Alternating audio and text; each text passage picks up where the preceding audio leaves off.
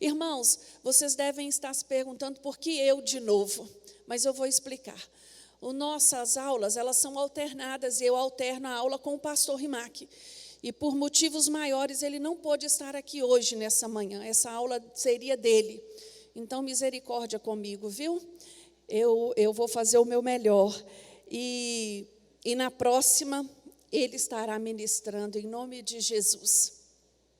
Hoje é a nossa terceira aula de escatologia. Semana passada eu trouxe o nosso calendário errado, mas eu consertei, só para a gente estar assim, alinhado, né, no que está acontecendo. Hoje nós vamos dar início ao estudo da grande tribulação. Vão ser 2 aulas a respeito deste assunto, porque neste período da grande tribulação, dos 7 anos, vão acontecer eventos na terra e vão acontecer eventos no céu. Hoje nós vamos estudar o que vai estar acontecendo no céu. No próximo domingo, que é dia 17, a aula vai ser sala única, devido ao feriado. E no dia 24, nós damos continuidade às nossas aulas, sem interrupção. Beleza? Certinho? Então, vamos lá. Vamos para o nosso assunto de hoje, a grande tribulação. Nós temos estudado, irmãos, estes eventos com base na profecia de Daniel, né? Isso já foi dito a nós aqui. E nós vimos na aula passada que com o arrebatamento da igreja, inaugura-se alguns eventos, né, na terra. E ali nós temos um gráfico que simboliza quando Jesus nasceu, até a vinda de Jesus nascer na terra e ele ser morto. Estes eventos estão incluídos em quais semanas? Nas 69. Nas 69 semanas que já aconteceram. Nós estamos na era atual, que é a era da igreja, que é o tempo da graça, né? Isso foi estudado também. Esse período é uma lacuna que se abriu para a igreja entre a 69ª até a 70ª semana. Quando é que se inicia a 70ª semana? No arrebatamento da igreja. No arrebatamento da igreja. Nesse arrebatamento que nós estudamos na aula passada, o crente, a igreja, vai encontrar com o Senhor nos ares. Vai encontrar com o Senhor nos ares. E aqui começa-se a última semana do tratar de Deus com o povo de Israel e com a humanidade de um modo geral. A última semana de 7 anos, ela vai ser dividida ao meio. 3 anos e meio de acordo, de falsa paz, de falsa estabilidade. Como na aula passada o pastor colocou, já se tem aí uma ideia circulando, né, que nós cristãos somos da era de peixe e foi já se inaugurado a era de aquários e que nós não estamos aptos para viver na era de aquários, por isso nós fomos levados da terra. Essas teorias, elas estão aí, não pense que é coisa de outro mundo não, que é do nosso mundo mesmo. E elas estão acontecendo. O anticristo vai surgir neste momento como o solucionador, como aquele que vai trazer resposta para esta situação que vai estar instalada aqui na terra. Então, até aqui, nós estamos entendidos, não estamos? Foi o que nós vimos desde então. E agora em diante, nós vamos ver o que vai acontecer no céu, durante este período da grande tribulação. Eu queria pedir a você, tem alguma dúvida até aqui, irmãos? Nós temos que estar sempre repassando isso, porque, como eu já disse e vou repetir até o final desse curso, a profecia de Daniel, do capítulo 9, ela é o nosso GPS. Ela é o nosso mapa, é ela que direciona tudo isso que nós temos estudado até aqui. Então, a igreja foi arrebatada. E a igreja foi levada para onde? Para o céu. Ela encontra com Jesus e é levada para o céu. Abra sua Bíblia no livro de 1 Coríntios, por favor, no capítulo 3.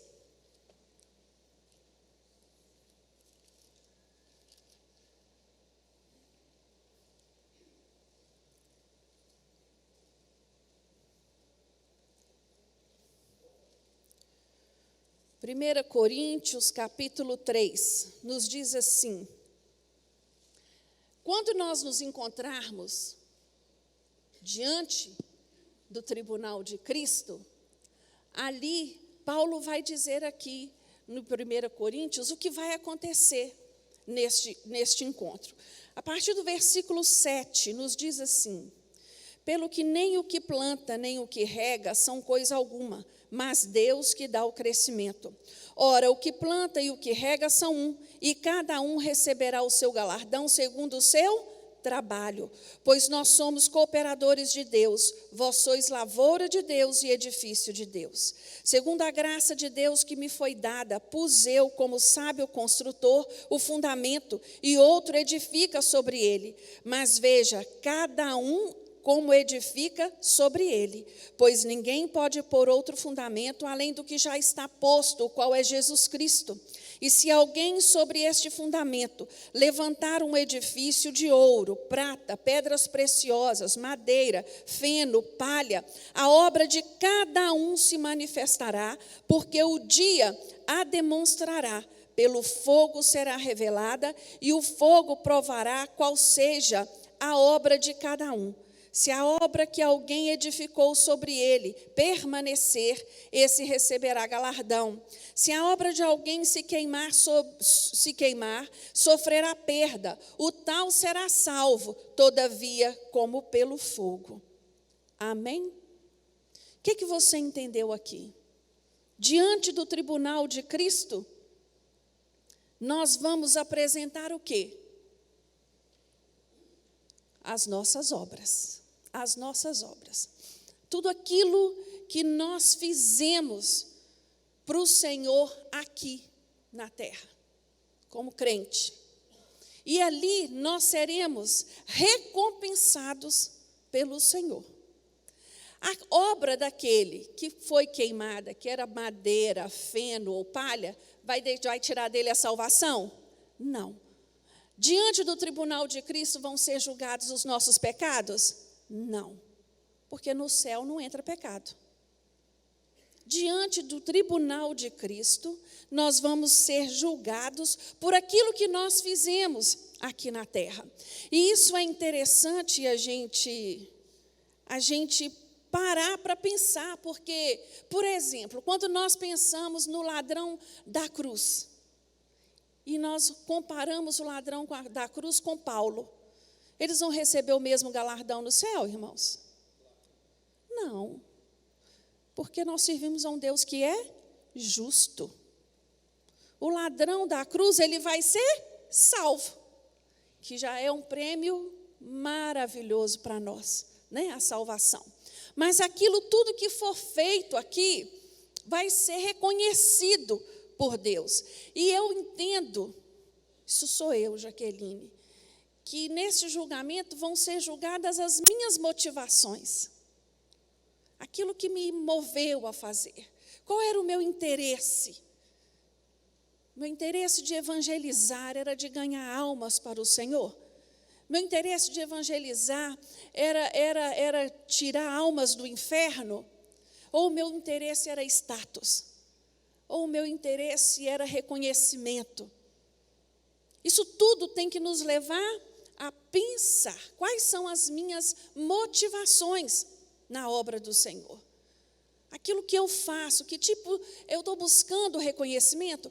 Porque aquele que estiver buscando o reconhecimento vai receber o prêmio dele aqui. Ele não vai precisar chegar na glória, né? Para receber este prêmio. Quando nós vemos lá no nosso gráfico, Tribunal de Cristo, entre parênteses está escrito uma palavrinha, vocês conseguem ler aquela palavra? Bema. Bema era o pódio, era o nome dado ao pódio aonde eram premiados os atletas pelo Império Romano. Nós sabemos que as Olimpíadas que nós conhecemos hoje, a ideia original dela vem do Império Romano. E ali, os atletas que competiam, essa plataforma, esse bema, ele era todo decorado, ele era preparado para receber os vencedores e coroá-los. Cada um deles ali. O imperador ficava ali sentado e os atletas vencedores passavam ali diante dele para receber o prêmio. Paulo usa essa figura, ele usa essa imagem para expressar o que vai acontecer no tribunal de Cristo. Eu fico encantado com essas figuras de linguagens que são usadas na Bíblia, porque eu fico pensando nestes homens, vendo coisas que eles nunca viram na vida, que não faziam parte, as visões que eles recebiam. Quando você vê João na ilha de Patmos recebendo aquelas visões e tentando achar palavras para descrever o que ele estava vendo. Palavras que não existiam no vocabulário da época. A mesma coisa é Paulo. Paulo assiste essa imagem, Paulo vê essa imagem e ele tem que descrever esse tribunal para os cristãos. E ele vai descrever isso para os coríntios. Ele vai usar o quê? Ele vai usar um evento, ele vai usar uma figura, uma foto de algo que já acontecia ali.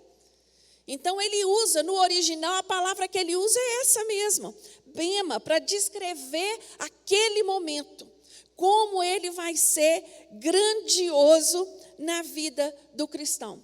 Como eu disse aqui, o que vai ser julgado ali? As nossas obras. Todo cristão, todo crente vai aparecer diante deste tribunal. Todo crente salvo.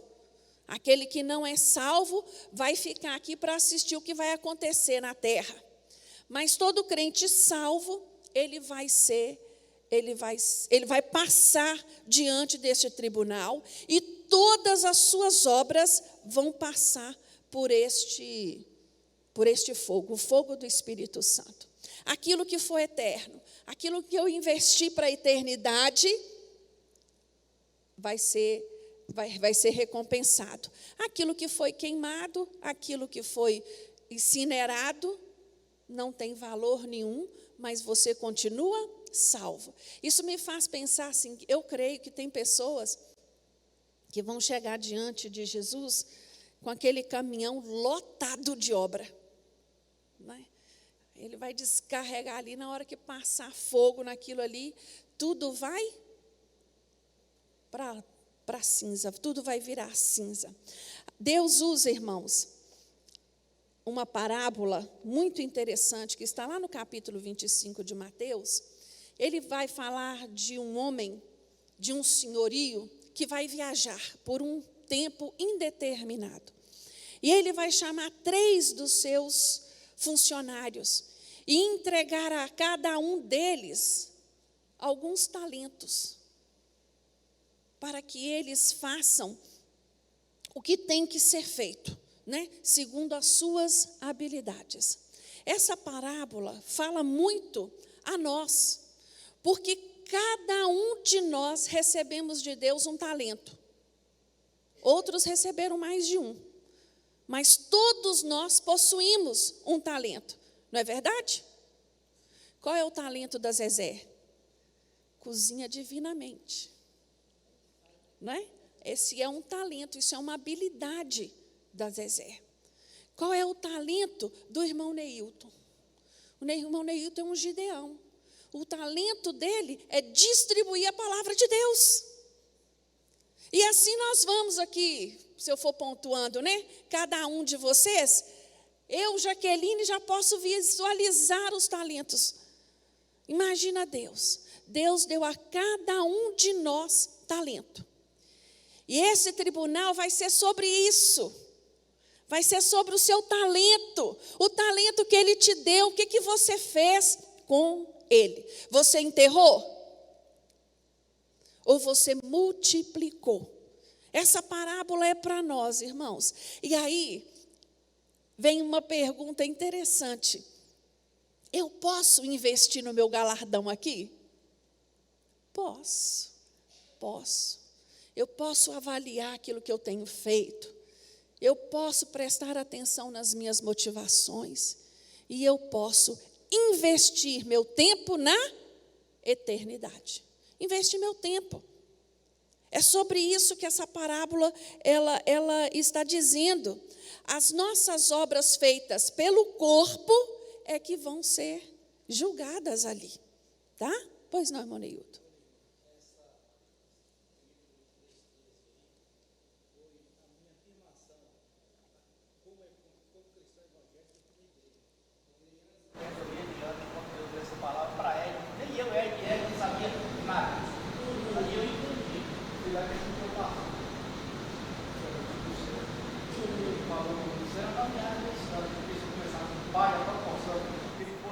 Caminhando dentro da igreja, ele lutando para palha, para o seguinte, para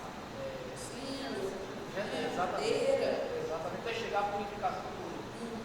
Então, quando eu chego nesse estágio de purificação do mundo, eu tenho que olhar e analisar nossa vida, olhar para o presente. Esse que está falando de agora. Nós temos que ter essa capacidade, né, irmão Neilton? De avaliar aquilo que nós temos feito. Eu tenho feito por obrigação? Ou a minha motivação é o amor?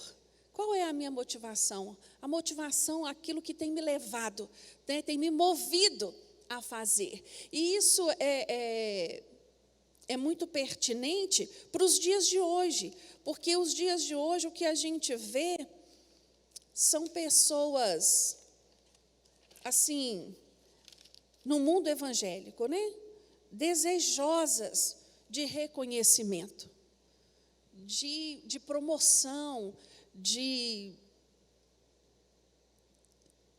aplausos, né? De status. E aí a gente quando olha para Jesus, a gente fica pensando se foi isso que Jesus buscou, não é? Se é isso que nós merecemos. Às vezes nós fazemos a obra do Senhor, eu falo isso muito na reunião de oração. Eu tenho um grupo, companheiras de oração, e não são muitas, e eu falo com elas, a igreja talvez, esse ministério de intercessão, é um ministério tão importante para a igreja, tão valioso, mas que talvez não tenha reconhecimento, porque ele não está à frente, ele não é visível, ele não é exposto. Então, eu falo muito para essas mulheres, para que elas não fiquem frustradas, que elas saibam que quem recompensa é o Senhor, e que nós precisamos permanecer. Nós temos a reunião das Déboras, onde a Sueli está à frente, de mães intercedendo pelos filhos da igreja, não só pelos filhos delas. Isso são ministérios, isso são talentos em que você tem que desenvolver. E você tem que se colocar. Então, quando eu chegar diante deste tribunal, ali vai ser julgado meu talento, meu tempo, não é? Tudo aquilo que eu fiz vai estar diante do Senhor. E ali nós vamos receber ou a coroa incorruptível, outros a coroa da vida, a coroa de glória, a coroa da justiça, a coroa de exultação. Ali são símbolos, irmãos. Nós não sabemos o que elas significam na literalidade. Nós não sabemos o que representa cada uma delas na sua literalidade. Ali é para nós termos uma compreensão, né, do que vai ser esse julgamento e de que nós vamos, sim, ser premiados de acordo com a nossa obra. Amém? Passou-se o julgamento de Cristo, o tribunal de Cristo. Acabou o tribunal de Cristo, o que vem em seguida? As bodas do Cordeiro. Abre lá sua Bíblia no livro de Apocalipse, capítulo 19.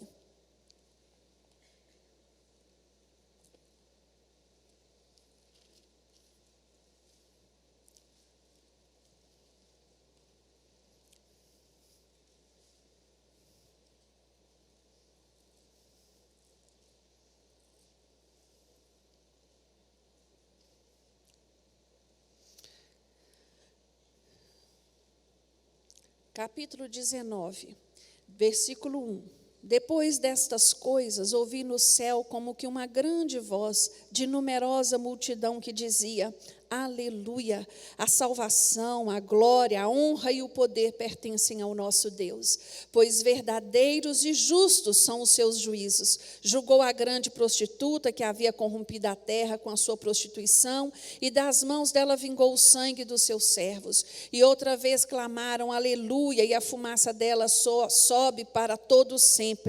Os 24 anciãos e os 4 seres viventes prostraram-se e adoraram a Deus, que está sentado no trono, dizendo: Amém, aleluia. Então saiu do trono uma voz que dizia: Louvai o nosso Deus, vós todos os seus servos e vós que o temeis, tanto pequenos como grandes. Também ouvi uma voz como de uma grande multidão, como a voz de muitas águas e de fortes trovões, que dizia: Aleluia, pois já reina o Senhor nosso Deus, o Todo-Poderoso. Regozijemo-nos e exultemo-nos e demos-lhe a glória, pois são chegadas as bodas do Cordeiro e a sua noiva se aprontou. Olha que coisa linda. Jesus vai nos apresentar a Deus, a igreja, a noiva. Essa expressão, bodas do Cordeiro, ela descreve uma união final e completa. Final e completa com os verdadeiros cristãos, com os verdadeiros crentes.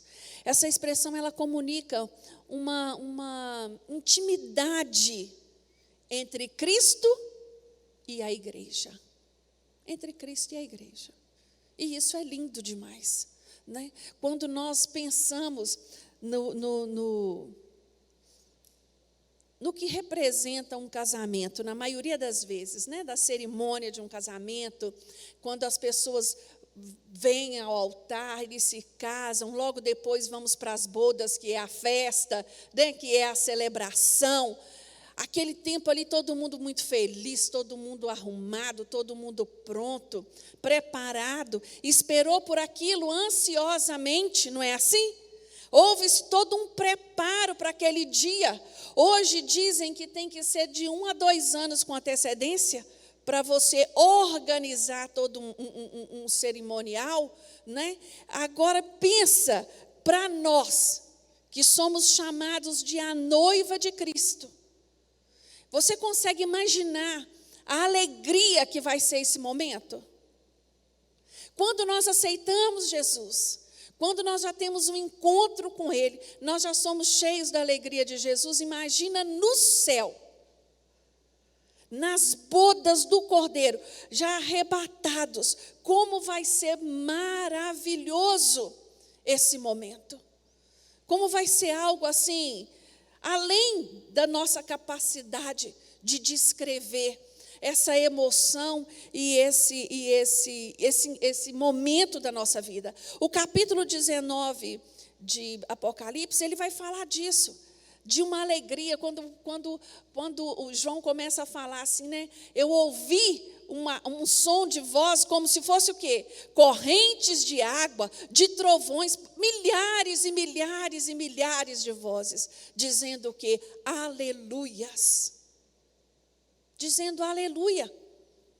É isso que está sendo acontecido aqui. Imagina as igrejas de todo o canto da terra, todos os salvos que já foram, reunidos ali, naquele momento, para celebrar as bodas do Cordeiro. O que significa, né, a noiva do Cordeiro, essa expressão? Ela é muito figurativa.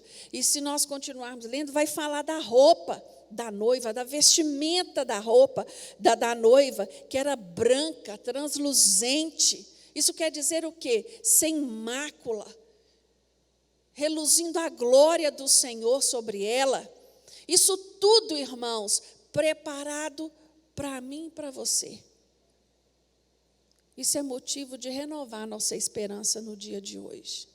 Às vezes nós, assim, passamos por situações difíceis, como nós cantamos aqui, né? Mas o Senhor é bom e o amor dele dura para sempre.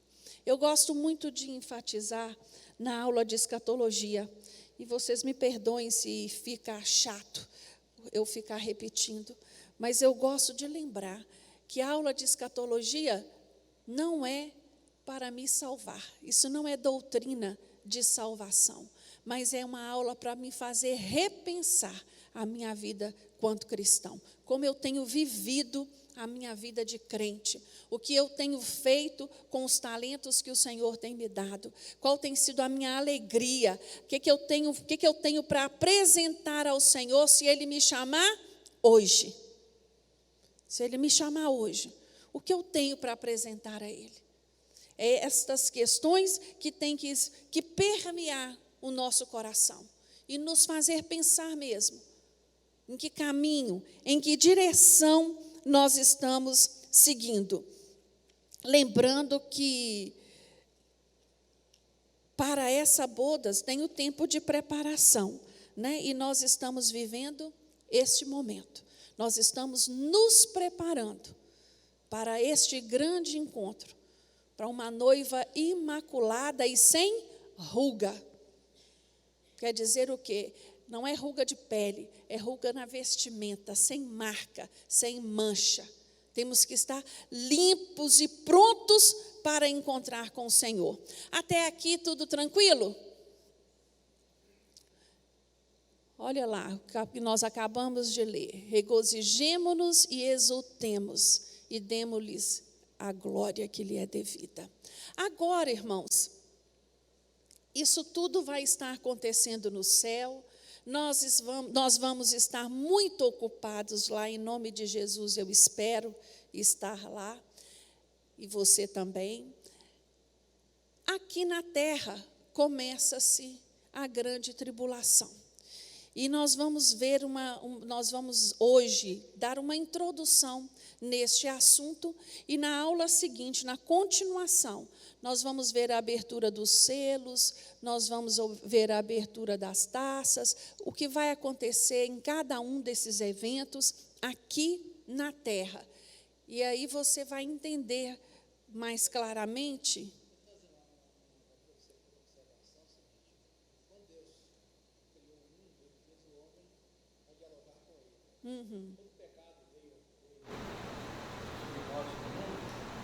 Mas ele interrompeu e chegou essa parte também, e agora Jesus, nesse reino todo que ele fez, vai dialogar exatamente o diálogo de Jesus com os seres dele. Você entendeu? Na criação, ele fez o homem para poder dialogar com ele. Porque Deus não voltou atrás no seu propósito. Deus, desde o momento que Ele criou o homem, Ele queria o homem perto dEle. Ele queria o homem consigo. Veio o pecado, e o pecado provocou essa separação entre o homem e Deus, né? Deus providenciou Jesus para que Ele pagasse o preço pelo nosso pecado. A nossa dívida foi paga, ela foi rasgada, e Ele preparou esse resgate.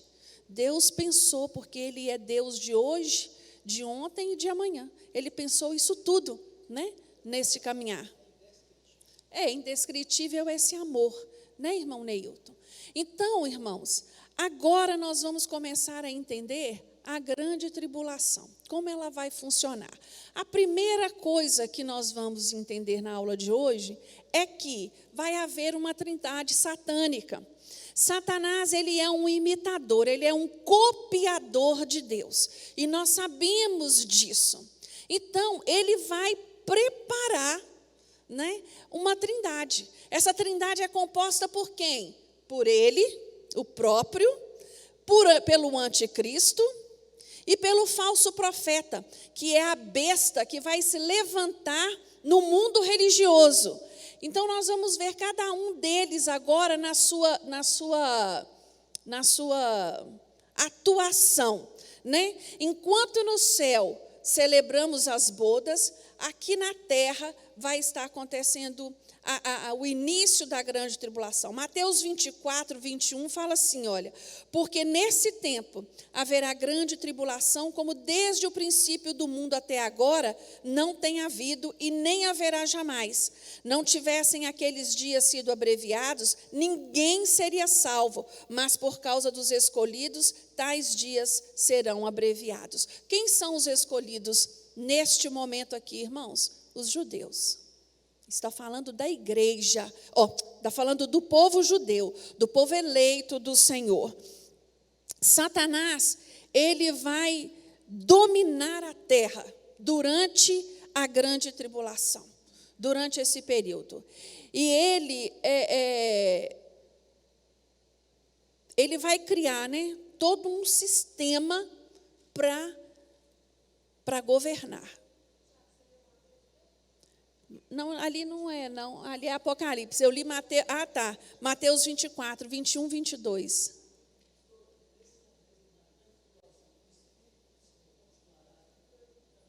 Não, ele vai subir com a igreja. Ele vai subir com a igreja. Mas, aqui, nós vamos ver lá em Apocalipse 12. Ai dos que habitam na terra e no mar, porque o diabo desceu a vós. Na aula que vem, na próxima aula, nós vamos ver que o diabo e os seus agregados, né, ainda estão aqui num nível dos ares. E o Senhor vai expulsá-lo de lá por completo. E aí ele vai descer com toda a sua força para a terra, por completo. Porque o Espírito Santo de Deus o impede dessa manifestação aqui. Né? Então, ele vai descer por completo. O anticristo, vamos abrir a nossa Bíblia lá no capítulo 13 de Apocalipse. O anticristo, ele vai ser, se nós olharmos para a palavra anticristo, é um imitador de quem? De Cristo. Né? Ele vai ter esse papel. Nos primeiros 3 anos e meio, ele vai fazer um pacto com os judeus. Sabe por quê? Os judeus vão acreditar que ele é o Messias. Eles vão achar que ele é quem eles estavam esperando. Por quê? Porque os judeus esperam quem, irmãos? Eles esperam um rei com força, que governe sobre a terra. Essa é a promessa que tem sobre a vida dos judeus. Essa promessa vai ser cumprida quando? No milênio. Lá no milênio. E aqui, quando o anticristo surgir, todas as coisas vão cooperar para que o povo judeu acredite que ele é quem eles estavam esperando. Então, eles vão fazer um pacto. Os 3 primeiros anos e meio serão um tempo de paz. De uma falsa paz, de um falso progresso. Quando ele resolver entrar no templo e ele mesmo fazer sacrifício ali dentro do templo, ele vai profanar o templo. Ali vai ser revelado aos judeus quem ele é de verdade. E os judeus vão fugir. Vão fugir porque a perseguição vai ser instalada. E aí nós vamos estudar na nossa aula 5, sobre a batalha do Armagedon. É quando Jesus vem pisar em terra. É quando ele vem batalhar contra este inimigo tão poderoso até então. Então vamos lá, no capítulo 13, no versículo 1 está escrito assim: E eu vi subir do mar uma besta que tinha 10 chifres e 7 cabeças. Sobre os seus chifres tinham 10 diademas, e sobre as suas cabeças um nome de blasfêmia. A besta que vi era semelhante ao leopardo, com pés como os de urso e a boca como a de leão.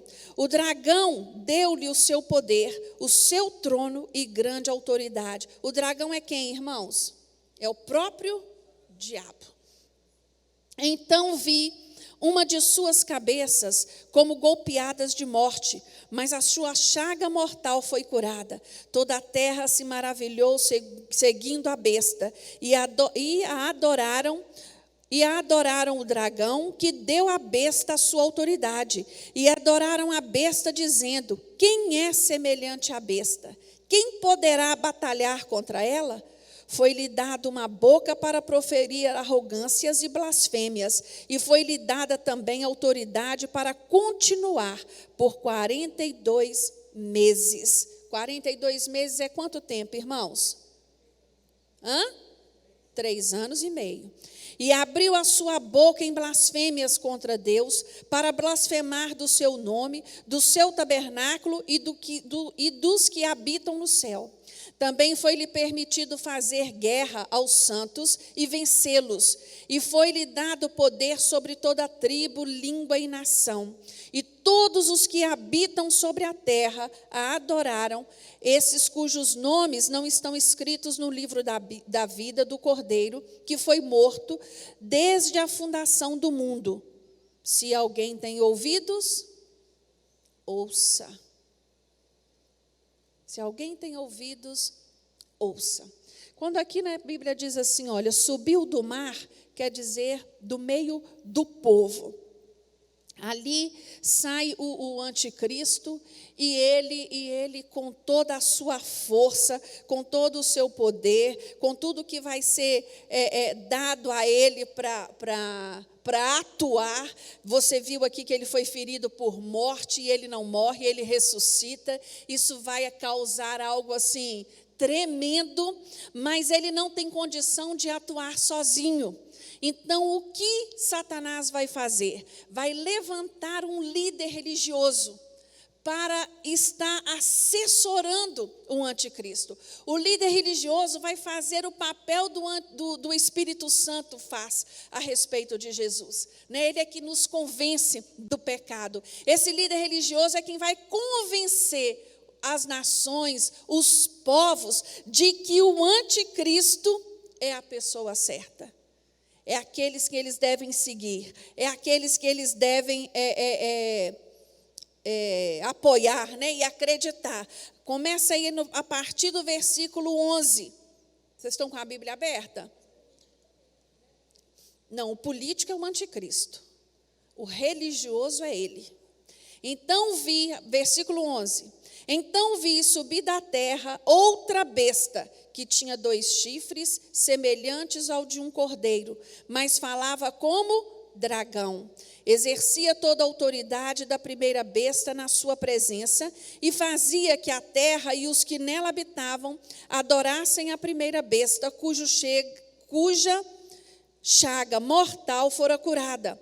E fez grandes sinais, de maneira que até fogo fazia descer do céu à vista dos homens. Este homem vai ser dotado de tanto poder, que até fogo do céu ele vai fazer descer. Você acha que muitos não vão acreditar? Muitos, milhões, milhares. Por causa dos sinais que lhe foi permitido fazer na presença da besta, enganava os que habitavam na terra e dizia-lhes que fizessem uma imagem à besta que recebera a ferida da espada e vivia. Essa imagem é de quem? A do próprio anticristo. Foi-lhe concedido também que desse fôlego à imagem da besta, para que ela falasse e fizesse que fossem mortos todos os que não adorassem a imagem da besta. Todos. Irmãos, e aqui continuando, deixa eu só finalizar. E fez que a todos, pequenos e grandes, ricos e pobres, livres e escravos, lhes fosse posto um sinal na mão direita ou na testa, para que ninguém pudesse comprar ou vender, senão aquele que tivesse o sinal, ou o nome da besta, ou o número do seu nome. Aqui há sabedoria. Aquele que tem entendimento, calcule o número da besta, pois é o número de um homem. O seu número é 666. Nós vimos aqui que o anticristo, para atuar, vai precisar tremendamente do apoio deste outro líder religioso. O anticristo, ele vai estar acima, quando ele fala aqui, olha, de 10 chifres, ele está falando de colisão de poder, né? De bloco de poder. Nós já temos visto essas coisas acontecendo, né? Com o Mercosul, nós temos um bloco de poder, na Europa nós temos outro. Então, isso já está sendo assim, pensado e confabulado, que isso é possível. Só que o anticristo, hoje o que nós entendemos, cada um tem a sua autonomia de poder, referente ao seu país. Cada presidente, cada primeiro-ministro, dependendo do governo de cada país. Este homem não, ele vai governar sobre todos. Ele vai ser a cabeça pensante de todos. E vem esse líder religioso e o apresenta e o apoia. Esse líder religioso vai ser alguém de muita influência. Alguém de um grande poder de influência no mundo. E nós temos que estar atentos ao que tem acontecido, né, no mundo hoje, para nós vermos como isso tudo está sendo preparado. O pastor, foi muito interessante num dia que ele deu essa aula, ele dizia que quando ele era mais jovem, né, menino, ele acreditava que esse número 666 ia ser marcado na pessoa, igual marca o boi. Uma tatuagem ali com ferro, e você teria esse número exposto.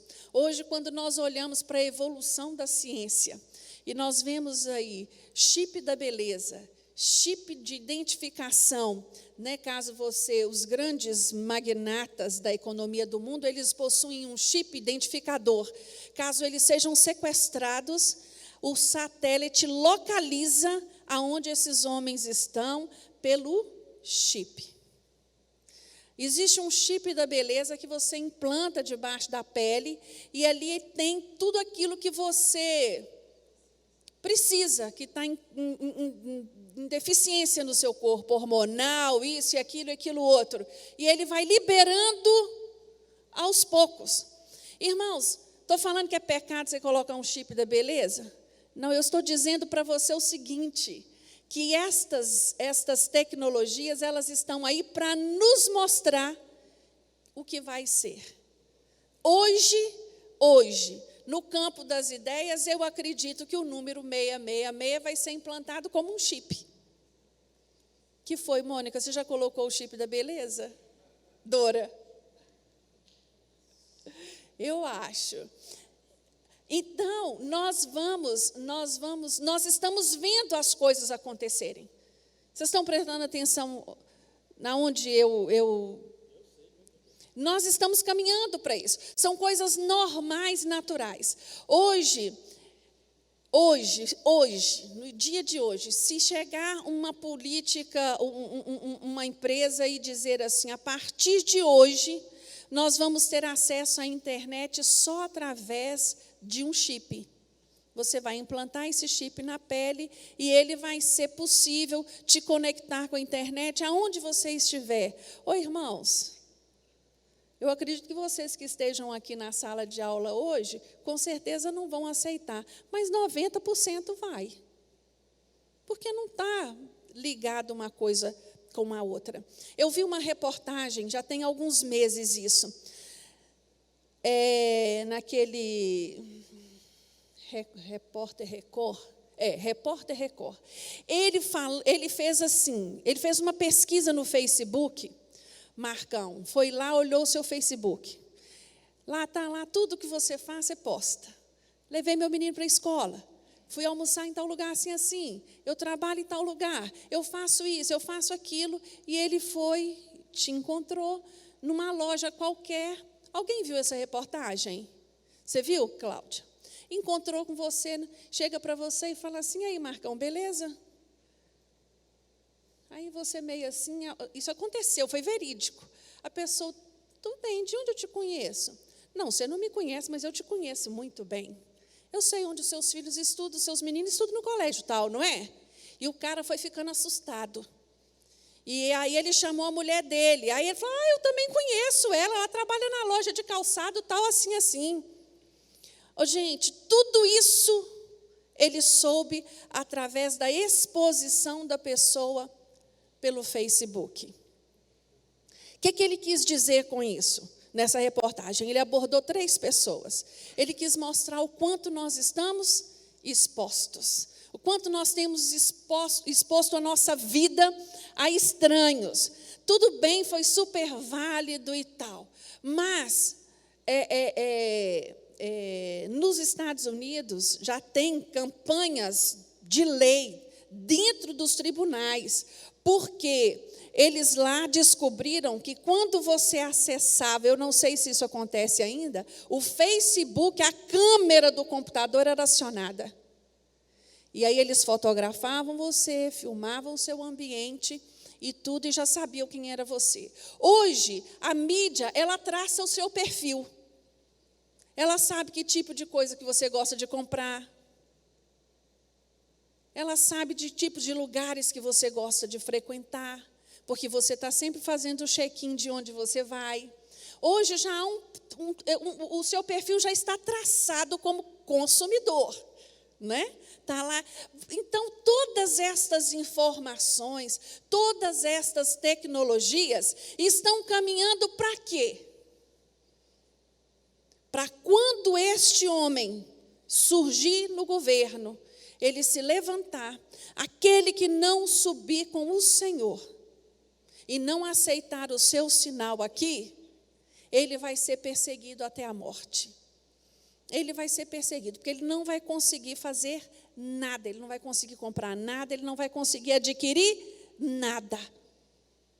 Porque todo um cenário, nós estamos vendo aí que o dinheiro, cada dia que passa, ele corre menos, né, na nossa mão, cada dia que passa se usa cartão.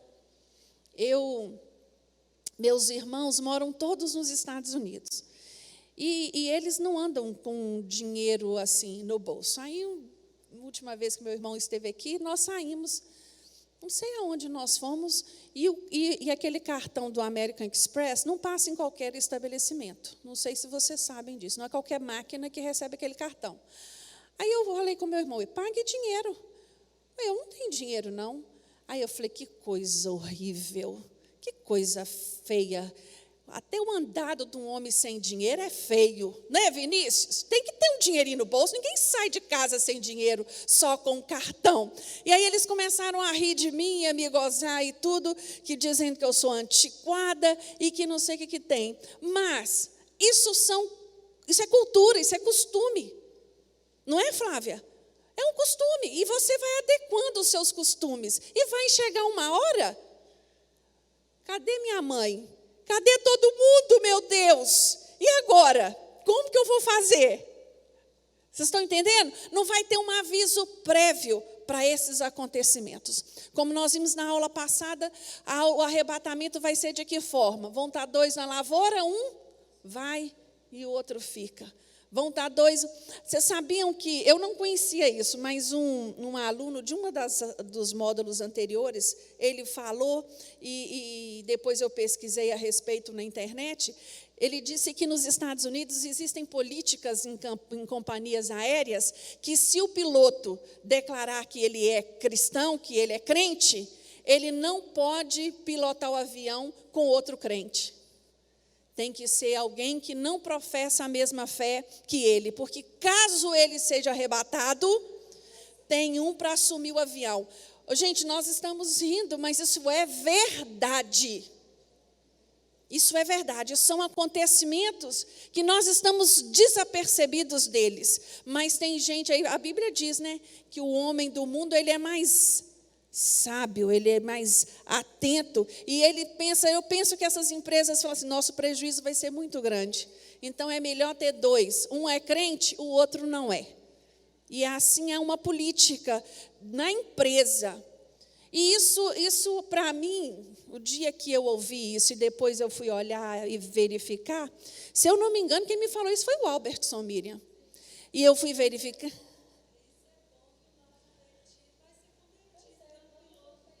Não é?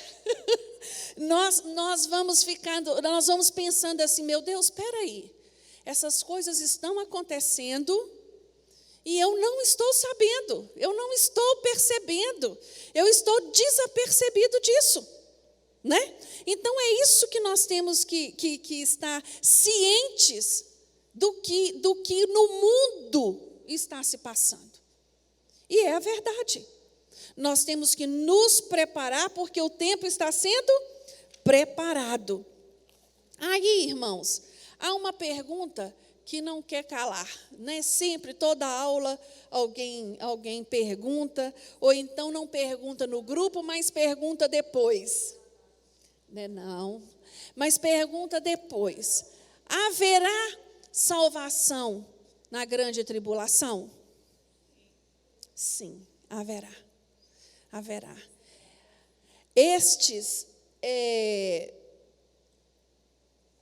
A missão, né, do anticristo, do falso profeta, é eliminar todo aquele que conhece a palavra. Quando nós vamos lá naquela parábola das 10 virgens, aquela parábola nos deixa entender que metade da igreja vai subir e a outra metade vai ficar.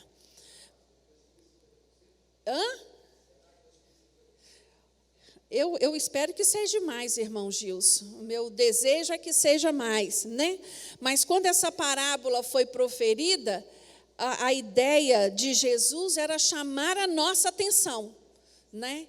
Porque nós vamos ver que dentro da igreja, né, tem pessoas que estão comprometidas e tem outras que não, que estão vivendo assim mais ou menos, né, esperando alguma coisa acontecer mais,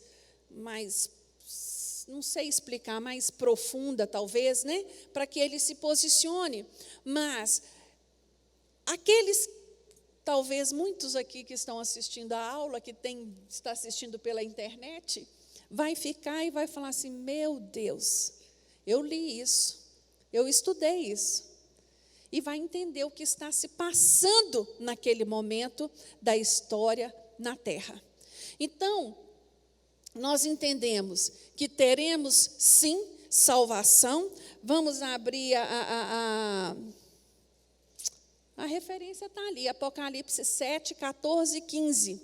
Fala assim, e ele disse-me, estes são os que vieram da grande tribulação, e lavaram as suas vestes e as branquearam no sangue do Cordeiro. Por isso estão diante do trono de Deus e o servem de dia e de noite no seu templo. E aquele que está sentado sobre o trono os cobrirá com a sua sombra. Nós temos outro versículo também que testifica sobre aqueles que vão... Lá no capítulo 6, está escrito assim, no versículo 9... Quando ele abriu o 5º selo, vi debaixo do altar as almas dos que foram mortos por causa da palavra de Deus e por causa do testemunho que creram. E clamavam com grande voz, dizendo, até quando, ó verdadeiro e santo soberano, não julgas e vingas o nosso sangue dos que habitam sobre a terra? Nós vamos ver sobre os selos e vamos passar por essa referência novamente. Aqui são as pessoas que morreram na grande tribulação, por amor à palavra do Senhor, por amor a Jesus. E eu acredito que não vai ser uma morte muito simples não, viu, irmãos? Deve ser algo assim assustador para amedrontar os outros que por acaso queiram ver, né? Para a gente finalizar, a grande tribulação será uma ditadura universal do anticristo. A base política do seu regime será uma aliança de 10 nações. Hoje, quando nós olhamos para o cenário político hoje, e quando nós formos ver a batalha do Armagedon, nós vamos ver o número do exército que vai participar nesta batalha, o que nos faz pensar, né, que quem vai estar à frente, um dos poderes políticos fortes em atuação nesse momento, vai ser a China. A China tem crescido assustadoramente e hoje ela possui um dos maiores exércitos em número de pessoas. Então, quando nós olhamos para aquela região ali, a China, a Índia, né, um número populacional gigantesco para alcançar o número de 200 milhões. Está lá no capítulo 9, no versículo 16. O número dos exércitos dos cavaleiros era de 200 milhões. Um exército de 200 milhões é coisa inimaginável. Pois não, irmão Marcelo?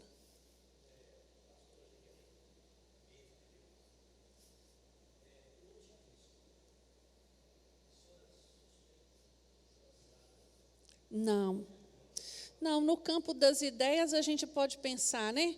Uma porção de coisa, cada um de nós. Mas a Bíblia não nos dá a entender. O que eu entendo é que o Espírito do Anticristo já atua na terra, preparando para a chegada dele. Né? Todas as coisas estão sendo preparadas para que quando ele chegue e ele se anuncie, nada disso que nós estamos falando aqui seja algo novo, seja algo tão assustador, que todo mundo vai dizer assim, mas de onde saiu isso? De onde surgiram estas coisas? Não. O mundo está sendo preparado para isso. E as coisas estão aí para quem quiser ver, como nós lemos em Apocalipse 19. Quem tem ouvido que ouça o que está sendo dito. Alguma dúvida, irmãos? Depois do arrebatamento. Ele só vai se pronunciar depois do arrebatamento.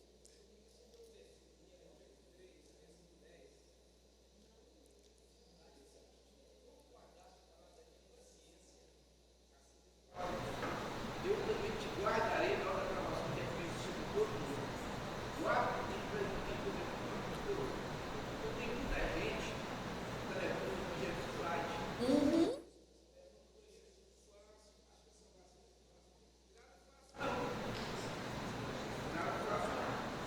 É tanto.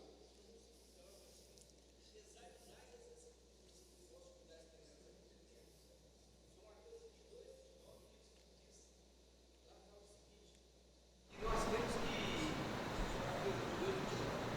que errar, não conhecendo às vezes nem o poder de Deus. Tem muita gente que está levando o projeto slide, salvação vai ser assim. Não é não. E a Bíblia e a palavra do Senhor está sendo pregada e ninguém vai poder dizer, né? Ah, que eu não sabia, ninguém me falou nada. Não, eu fui para a igreja há tanto tempo e não soube, né? Está sendo dito e eu ouvi quem quer ouvir, né, irmão Gilson? Eu acredito assim que uma aula como essa, ela tem que nos fazer pensar mesmo. Né? Pensar o tipo de evangelho que nós estamos vivendo e que seja proveitoso na vida do irmão, que você possa verificar cada referência desse resumo em casa. Nós não temos como passá-los todos aqui, mas que você tenha tempo mesmo para estudar, viu? E ser abençoado. Vamos ficar de pé? Vamos agradecer a Deus esse tempo que nós passamos aqui.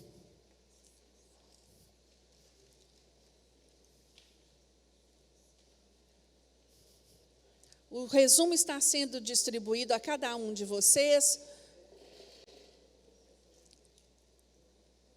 Caso você esteja faltando algum resumo das 2 aulas anteriores, você pode pegar comigo depois, tá?